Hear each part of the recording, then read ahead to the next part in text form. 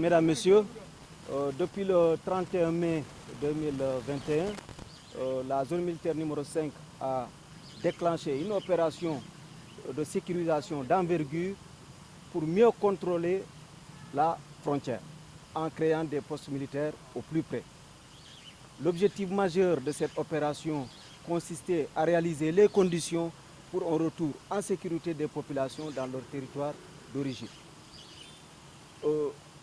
Pour aider effectivement ces populations à retourner dans leur territoire jadis abandonné, il fallait quand même créer les conditions de sécurité en procédant à la neutralisation des bandes armées qui sont installées dans cette zone, mais également il fallait effectivement créer les conditions de sécurité en dépolluant la zone qui était effectivement particulièrement minée. Et cette action de déminage ne peut pas se faire avec les armées seules, il faudra effectivement aussi l'intervention d'autres acteurs.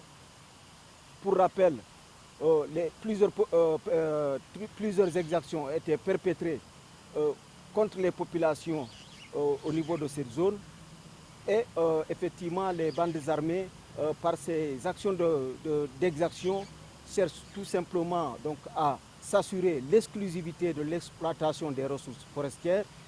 La prise en otage au niveau de Kailou en 2013, c'était le 3 mai exactement 2013, de 9 démineurs humanitaires, et la tuerie de Bop Bayot survenue le 6 janvier 2018, voilà, vient compléter ce bilan très sombre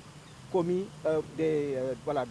actes odieux commis par le MFDC contre ces populations. Voilà, donc après ce briefing, nous allons vous inviter à rejoindre les véhicules, à rejoindre la zone de Basséré où il y aura les présentations des différents commandants de GTIA, d'abord à Basséré, ensuite beaucoup plus au plus près de la frontière, il y aura un autre commandant de GTIA où ils vous présenteront chacun dans son domaine, dans sa zone, effectivement les résultats et les bilans qu'ils ont obtenus sur le terrain. Voilà, donc principalement, c'était une opération que nous avons conduite sur 2 fuseaux. Un fuseau à l'est de la zone de Niassia, donc, où nous avons effectivement conquis les bases successivement de Badem et ensuite de Bagam, au plus près de la frontière. La base était implantée exactement à 200 mètres de la frontière